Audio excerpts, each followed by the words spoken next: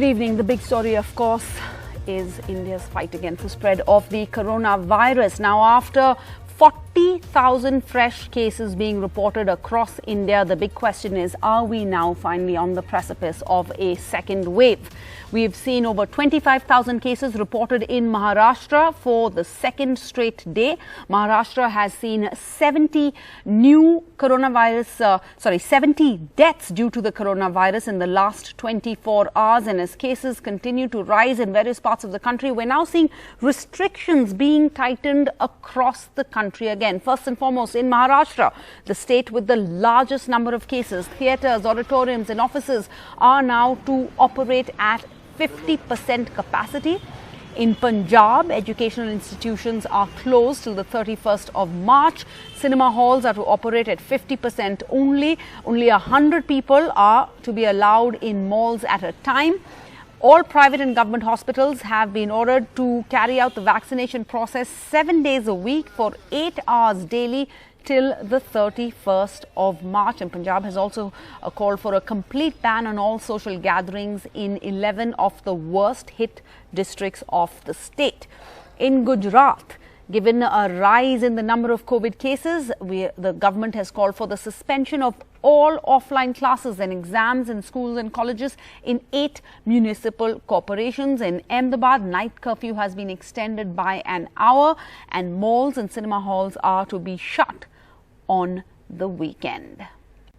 All right, let's go across to Sonal Mehrotra, who's on standby to help us try and make sense of all these numbers. Sonal, as we look at these numbers, unfortunately, a lot of the time we focus on the big figures out there, the national numbers, 40,000 new cases. But sometimes what gets dropped or gets missed is the death toll. We're just hearing 70 deaths in Maharashtra in 24 hours. What can you tell us about the death toll coming in over the past week?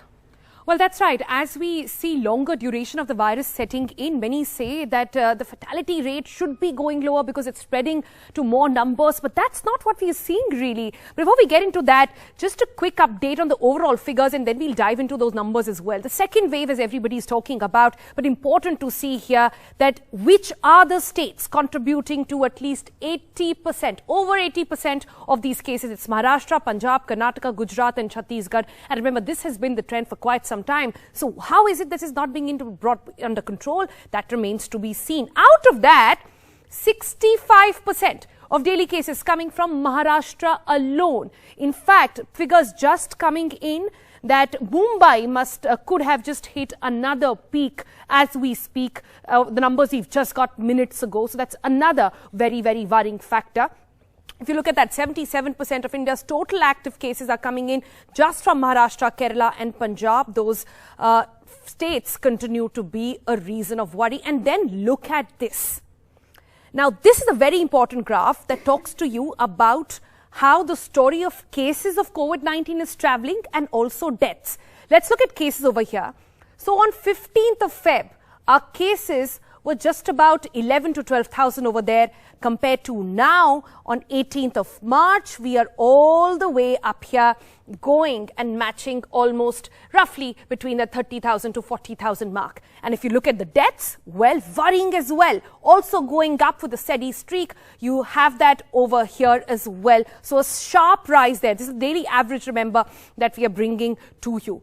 If you look at the figures just in terms of percentages, sharply, we've seen a rise in the positivity rate as well. Just about a month ago, we were at about 1.8%, and in just 1 month to 2.1, 2.7, now all the way to 3.2, 5% increase since April of 2020. And then there is this. There is the world figure, the macro picture over here. Look at that, how India is doing much worse than the rest of the world. Even US does not have as much of a positivity rate at the moment, the increase there going on. India is rising up much, much faster, 0.3% over here compared to US and UK. Clearly why? All of us are really worried and we urge our viewers to keep this in mind.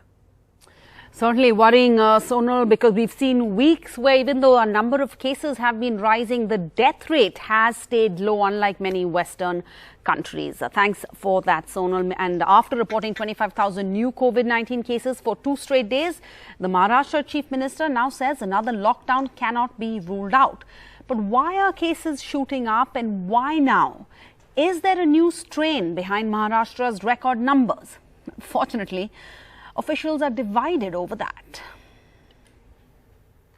To understand why Maharashtra has seen the highest number of COVID cases, almost 26,000 in a day, Dharavi in Mumbai is perhaps a good place to start. Asia's biggest slum has reported 30 cases in one day, the most since September. The government has ordered all private offices except those related to health and other essential services to function at 50% capacity and has proposed rapid tests at malls. The Chief Minister now says a lockdown is an option. पुन्हा lockdown करणं हा एक मार्ग आहे, पण मला जसं त्या काळामध्ये जनतेने सहकार्य केलं त्या सहकार्याची पुन्हा अपेक्षा आहे. So why are cases shooting up? Officials are divided. A member of the state's task force says it's probably because of a new strain. But central government officials reject that.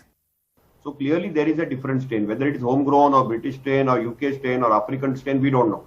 But it's a faster strain which has good recovery, low death rate, but it is rapidly spreading like wildfire. And you can see that Maharashtra is already in the second wave. Mutants that we have found till now is only of the order of about 300 to 400.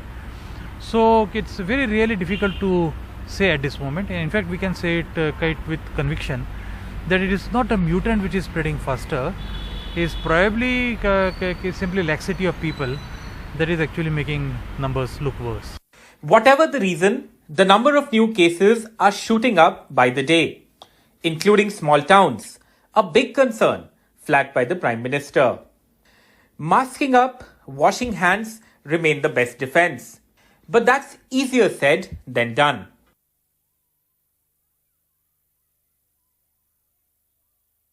Public mask ना लगाते नहीं, गाली देते हैं, मारते हैं, police support करती है तो पुलिस को भी हाथापाई करते हैं. ये देखिए मेरे सर को लग गया, ये चोट लगी है. कल के दिन है ना पकड़े थे तो उनके है ना चोट लग गई. मैंने एग्री करा तभी फाइन दिया. अब देखिए ये भी भरी दोपहरी में लाइसेंस सर ने लिया है, सर ने लाइसेंस नहीं दे रहे मेरे, और आप बोले आप शाहनगर में आओ, हम दिखाते हैं. With Pooja Bharadwaj and Meher Pandey, this is Alok Pandey, NDTV.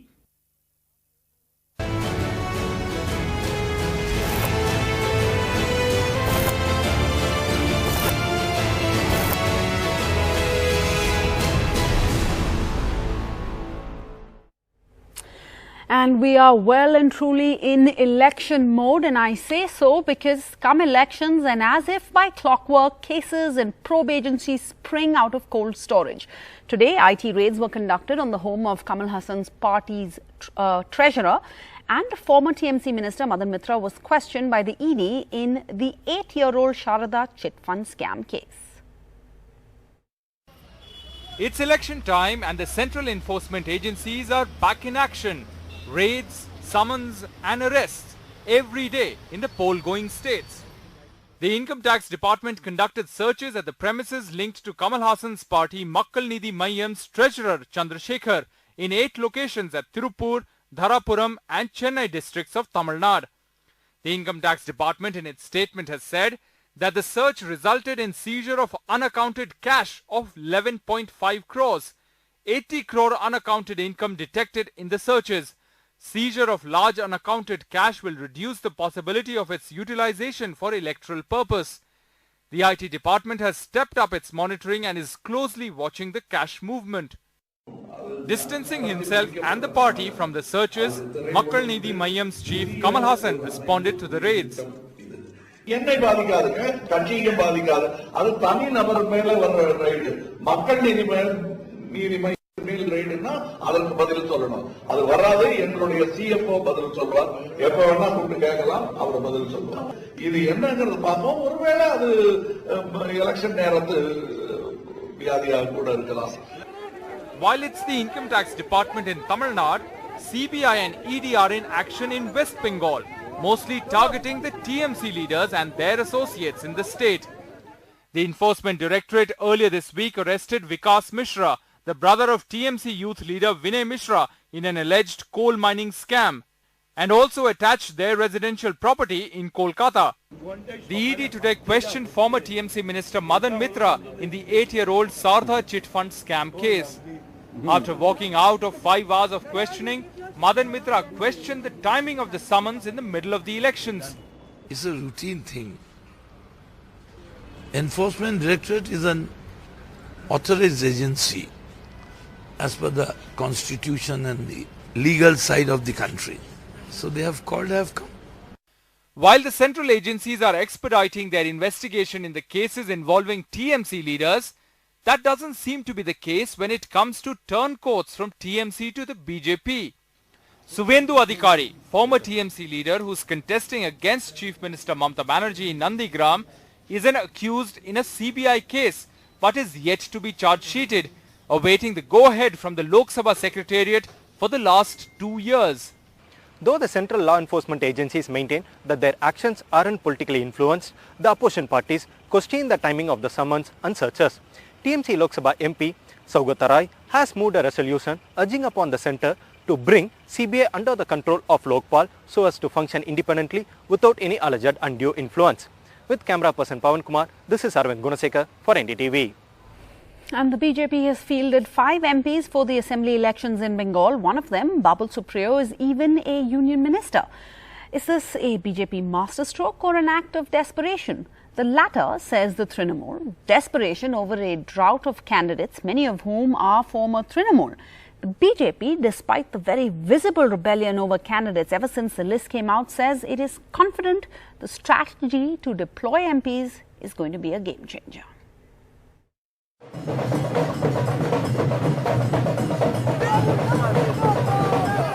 Has Babul Supriyo been thrown into the deep end by the BJP, or will he set a winning streak for the party?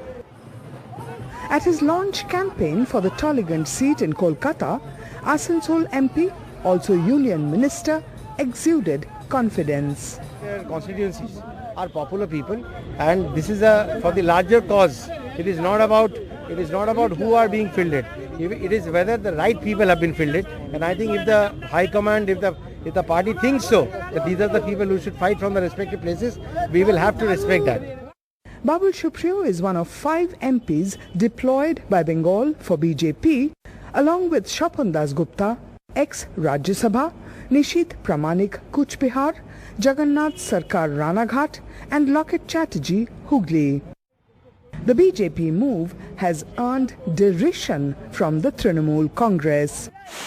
The Trinamool points to open rebellion in BJP ranks over candidates.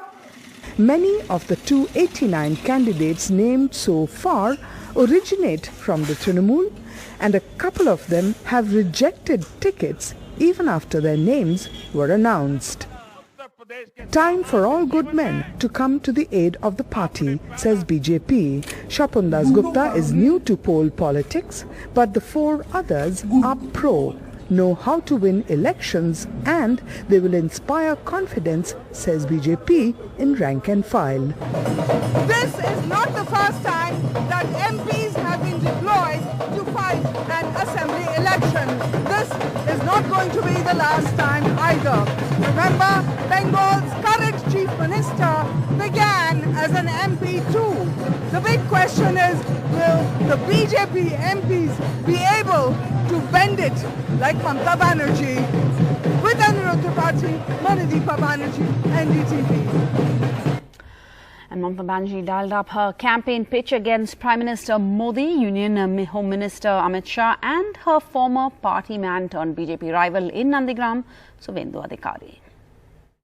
Modi Sarkar, mone rakhben, ekta incompetent Sarkar, ekta corrupted Sarkar, একটা দাঙ্গাবাজ সরকার। দুটো হাত দেখছো, আমার এই দুটো হাত ভাঙা, আমার এই দুটো হাত অপারেশন হয়েছে।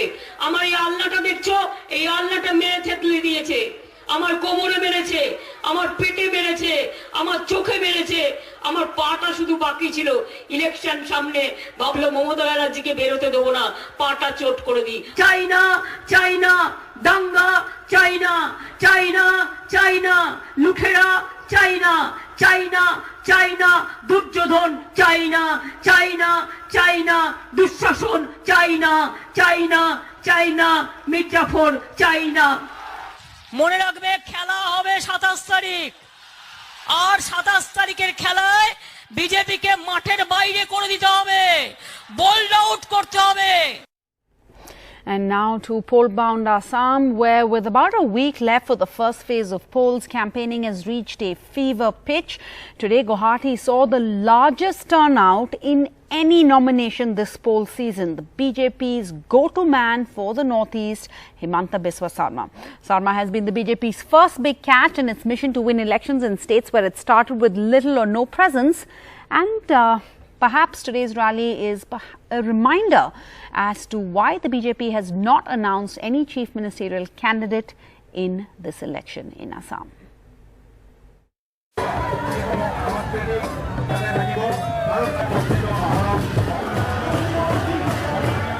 A massive show of strength by the BJP brought many parts of Guwahati to a standstill for some hours. This was the nomination of the party's go-to man, Himanta Biswa Sarma. The BJP optics seem to acknowledge Sarma's importance in the party at a time when there's speculation over why it has not projected the incumbent chief minister as the next one as well. He filed his nomination from Jalukbari, which he's represented for 20 years. The Assam Chief Minister Sarbananda Sonowal and his Manipur counterpart were by Sarma's side. ৰাইজৰ আশীৰ্বাদ বিচাৰিছো যাতে ভাৰতীয় জনতা party, Asom Gana Parishad আৰু UPPL দলৰ প্ৰতিজন প্ৰাৰ্থীকে তেখেতে সকলে যাতে হিয়া উজাৰি আশীৰ্বাদ। Himanta Biswa Sarma sir, he is in our heart and I am saying this on record that we are all going to make him win the election with record votes. This on a day Sarma's ex-boss Rahul Gandhi was campaigning in Upper Assam. He quit the Congress in 2015 after Gandhi backed then Tarun Gogoi when a majority group of MLAs led by Mr. Sarma wanted change in leadership. Congress leader Rahul Gandhi is in Upper Assam. You can see here party workers welcoming him at Chabua in Dibrugarh district of Upper Assam.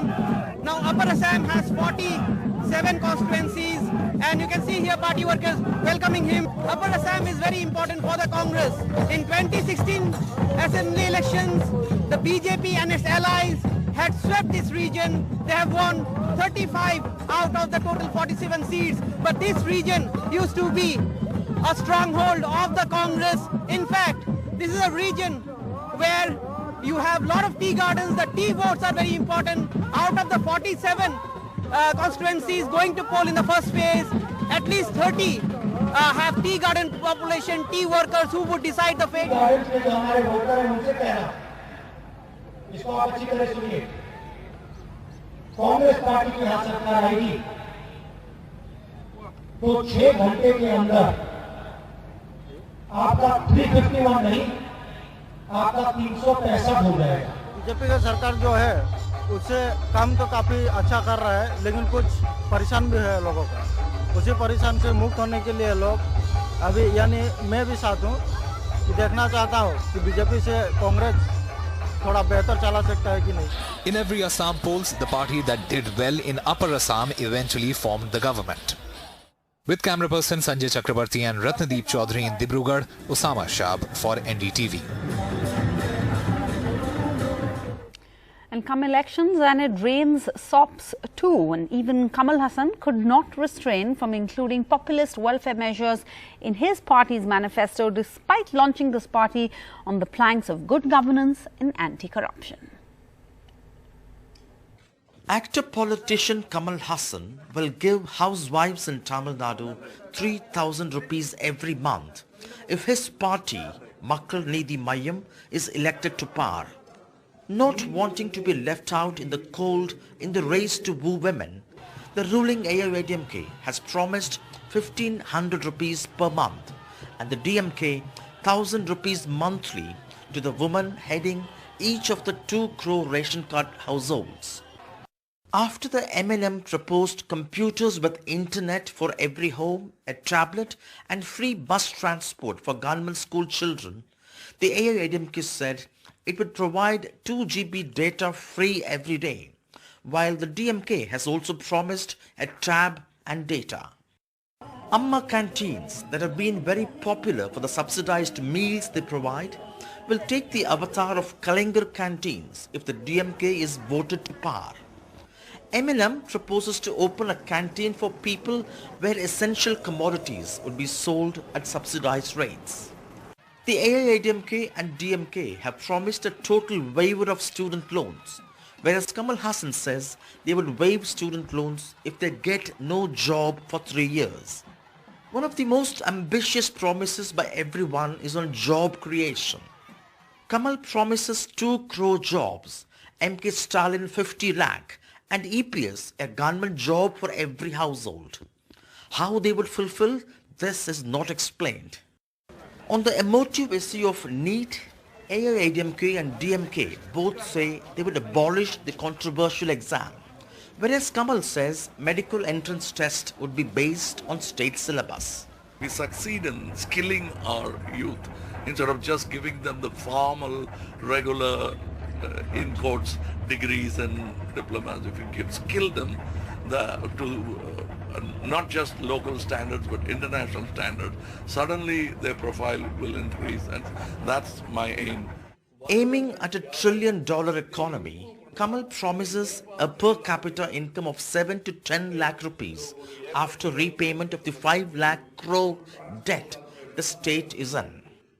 In a state that institutionalized freebies during elections, the AIADMK has promised a free Amma washing machine and 6 gas cylinders, whereas the DMK says they will give ₹100 subsidy on every cylinder, would cut petrol price by 5 rupees a litre, and give a free ride for women in local public transport.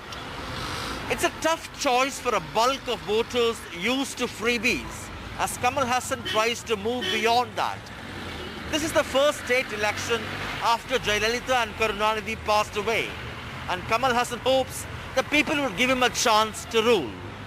In Chennai with Annette Beryl, Sam Daniel, for NDTV.